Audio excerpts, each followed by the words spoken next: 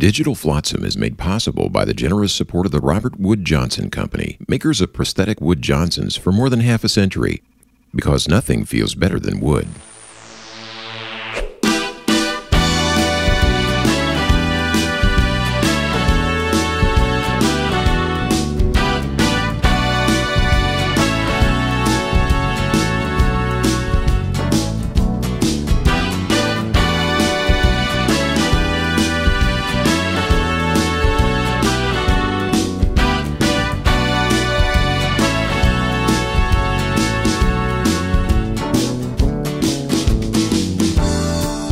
Hello and welcome to another edition of Digital Flotsam. I'm P.W. Fenton.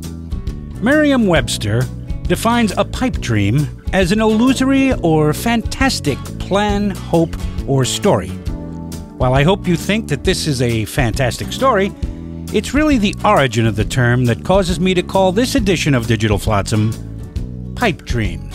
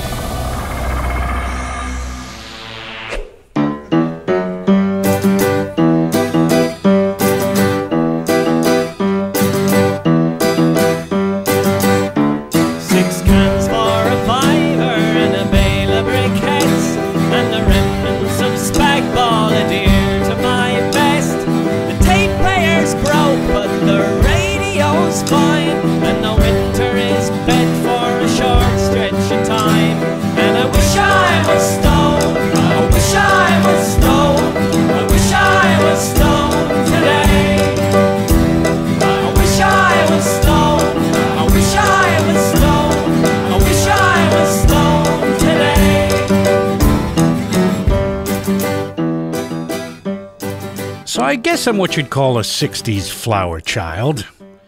I went from the tender age of 12 to the ripe old age of 22 during the 60s decade. It was the age of sex, drugs, and rock and roll. And I was 2 for 3.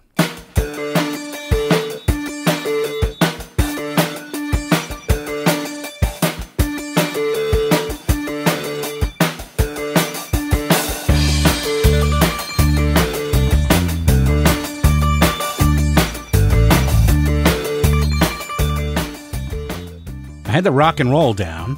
I was a big fan and a budding practitioner.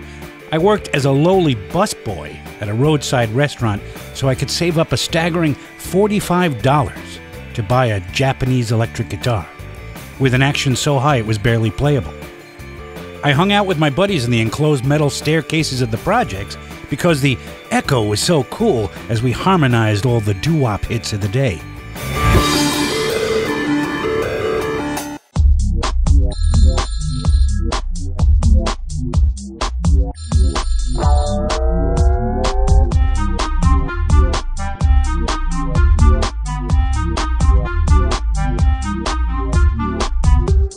This is your sexual education teacher.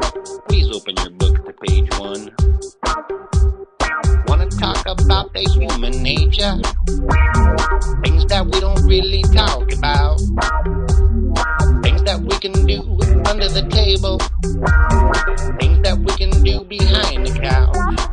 You know what I'm talking about? Now that we got that booty, now that we got that booty, what to do with that booty? What to do with that booty? Now that we got that booty, now that we got that booty. I had the sex down also. In that short 10-year span, I went from the educational experience of finding Dad's porn stash all the way to the ultimate realization of becoming a father at the age of 19. The 60s version of me once actually performed, as they say, for a continuous 6 hours. I was sore, yes, but unlike the ads that tell you to consult a doctor if it doesn't subside in 4 hours, I did it without a blue pill and without consulting a physician. In those glorious days, a slight breeze was enough to make me as firm as a ripe zucchini. But be that as it may, I failed miserably at the third element of the 60s. Almost everything was against me. First, I was very, very chicken. While all my buddies were diving in head first, no pun intended, I still looked at drugs with a sense of mystery and fear. My girlfriend Roz, who I would eventually knock up and marry, was the complete opposite. She went to the High School of Performing Arts, which those in the know simply called PA, and that the world would eventually know through the movie Fame. The school taught all of the New York State academic requirements, but the main focus was the performing arts, drama, music, and dance.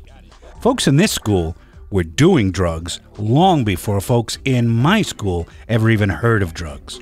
When Roz and I were going out, in her school, grass was all hat, and LSD was the new thing to check out. In my school, grass was mysterious and a little scary, and LSD was the most frightening thing I ever read about in Life magazine.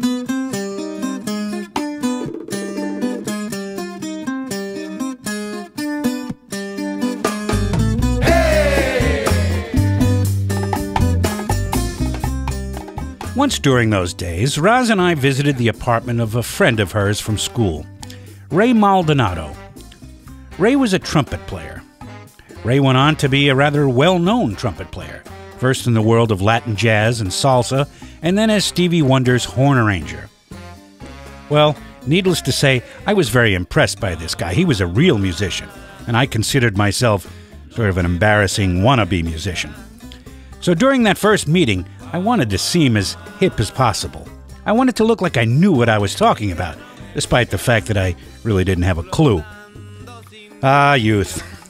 Ray, I guess I should tell you, eventually died from a heroin overdose. Ah, youth. Well, anyway, just a little ways into this visit, Ray breaks out some grass and rolls one.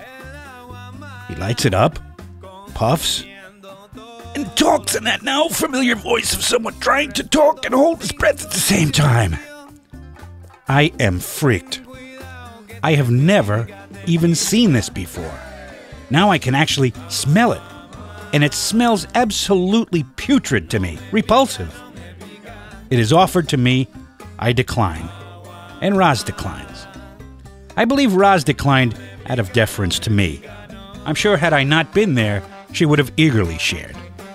My point is, though, that I was actually chicken. I was afraid of the idea that puffing on this rank-smelling, poorly formed cigarette would somehow alter my perception. But that part is not the important part of my lifelong relationship with the weed. It will take me a full 20 years to finally discover that. Okay, let's jump ahead just a few years. I am now married to Roz, the same woman I'm married to today, and we have a bunch of friends over our apartment. A friend breaks out a big stash and the smoking begins. Now, I had been quite comfortable with not partaking. I'd get plenty of chiding from my friends, but it was all good-natured and nobody seemed to push too hard or too long. But this particular night, for some reason, I felt almost eager to get high, so I forced myself to partake. I wish I was stoned. I wish I was stoned. I wish I was stoned today. I wish I was stoned. I wish I was stoned. I wish I was stoned today.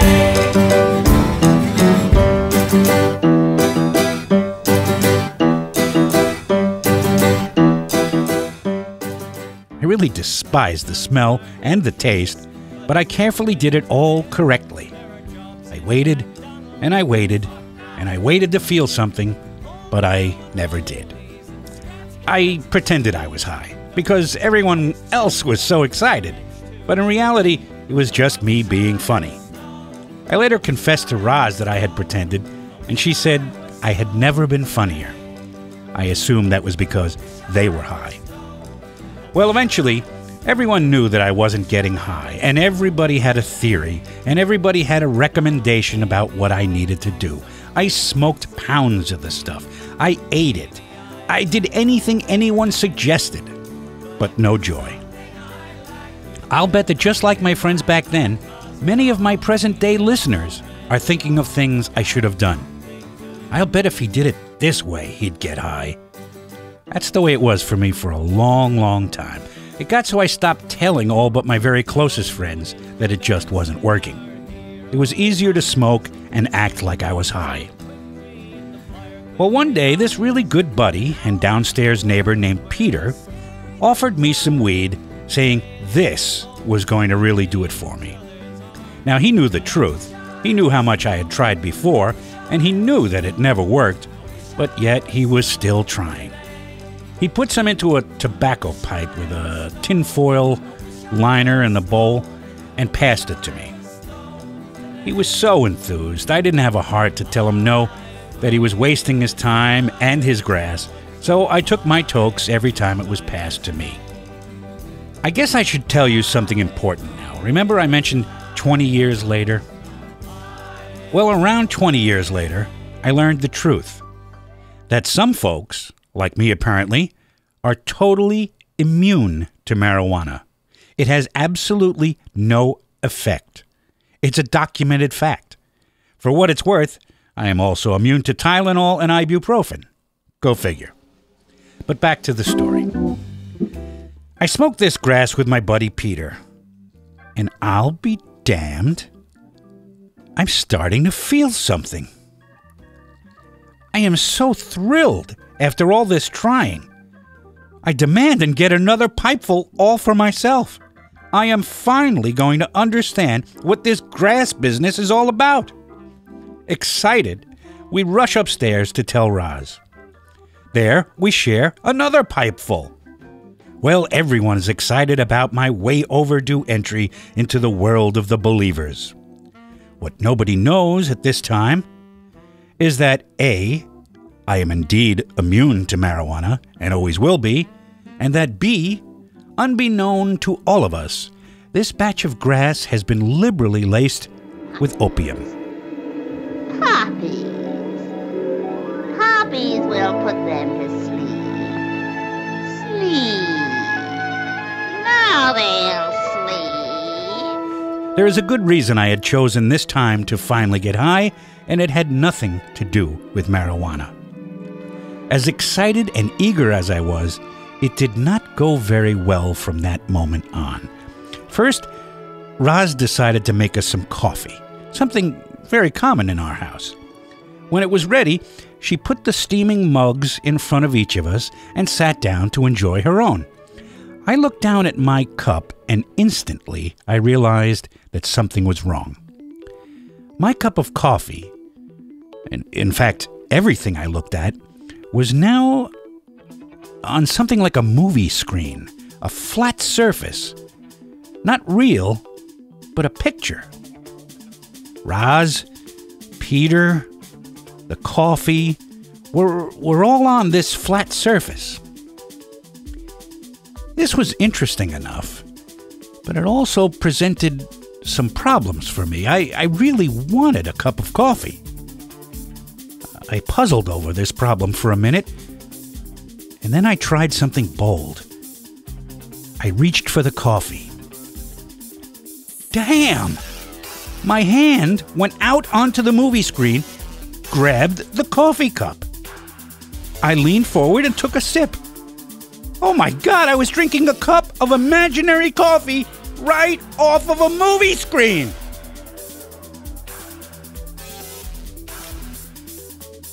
This experience only took me a few minutes to get uncomfortable with. This was, after all, impossible, and therefore very disturbing. So I'm beginning to believe that I am not going to enjoy this experience. I tried to clear my mind, but I didn't seem to be the one in control. All my prior experience at getting high involved alcohol. And what did you do if you got too drunk? Sleep. Sleep it off. So without really explaining why, I excused myself from the table, and feigning tiredness, I slinked off to bed. Once there, I laid painfully awake and aware of everything around me. I could hear Roz and Peter laughing and having a great time while I laid there entertaining thoughts of how cool it would be to fly out of my bedroom window. Bits of the conversation going on in the kitchen would drift into my awareness. Were they really talking about Roy Rogers and the Lone Ranger? Why?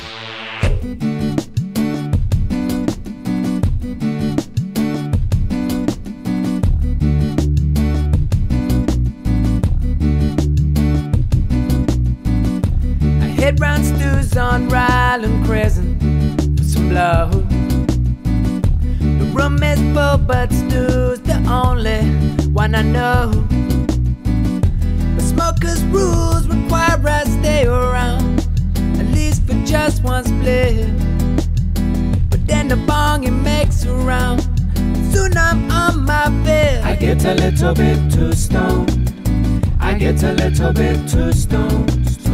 I get a little bit too stoned. I get a little bit too stoned. Bloodshot eyes make contact briefly through the smoke. It smiles at me as though secretly I'm a joke. And then I realize that everyone is laughing at me now. Well, I just can't trust anyone. You know I need to leave somehow. Yeah, cause I'm a little bit too stoned. I get a little bit too stoned. I get a little bit too stoned. I get a little bit too stoned. I get a little bit too stoned. Well, what seemed like a few months later, Peter left and Roz came to bed. As soon as she laid down, I started explaining the problems I was having with this experience. The coffee, the movie screen, the desire to leap out the window. What happened then only made things way worse. Roz just stared at me with watery eyes. Her eyes seemed to say that she could hear what I was saying, but she didn't respond at all. I began to feel concerned. I began to beg her to speak to me. Again, she looked as if she could hear me. Why wouldn't she answer me? I began to beg her to say anything. Roz, please talk to me. I began to panic. I raised up on my knees astride her, and I grabbed her shoulders and I started to shake her as if this would somehow snap her out of this stupor. She looked me straight in the eye and, struggling to speak, said, I love you. That's exactly what it sounded like. I'm not kidding. I said, "Oh, I love you." And then she repeated, I love you. This minor victory over the drug somehow gave me enough relief to lay back down and at least try to sleep. I get a little bit too stoned. I get a little bit too stoned.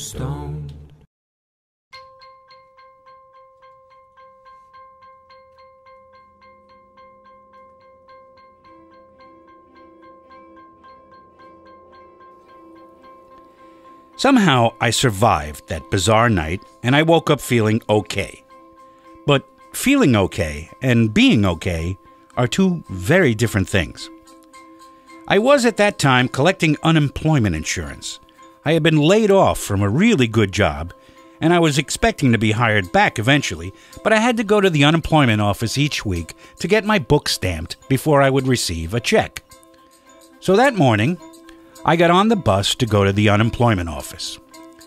It was not a simple trip. I had to take 2 different buses to get there, and it would take the better part of a day to go, wait online, get my book stamped by the grouchy lady there, and come back home.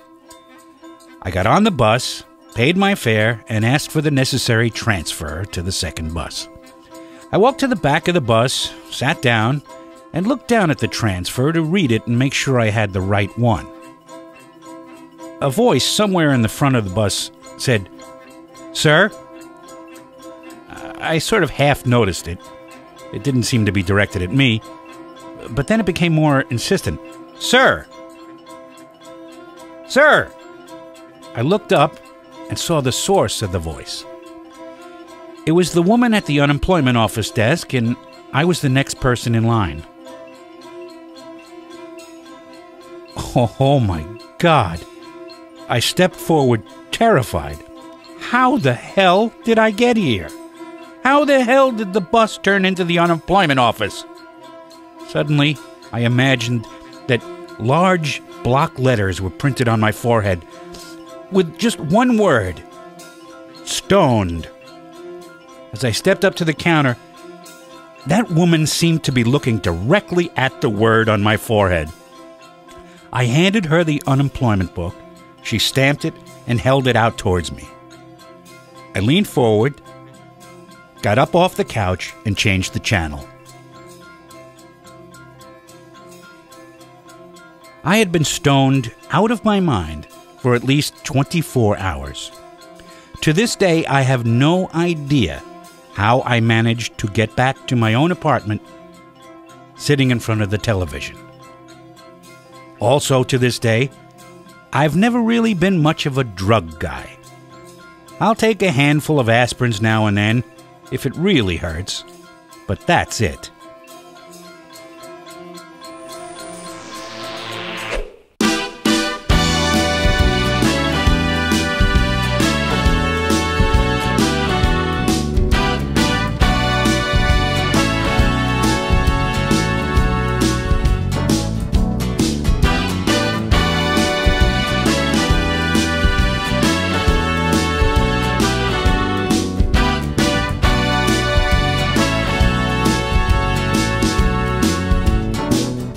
And so, there you have it, another edition of Digital Flotsam.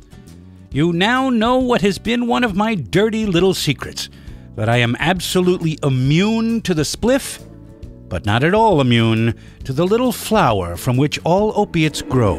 Poppy. As always, there will be details, links, and credits to what you have just heard in the show notes. And you will find those show notes by visiting digitalflotsam.org. And now a young man who needs no help with his vivid imagination gives us the final benediction. And P-Dub holded the microphone.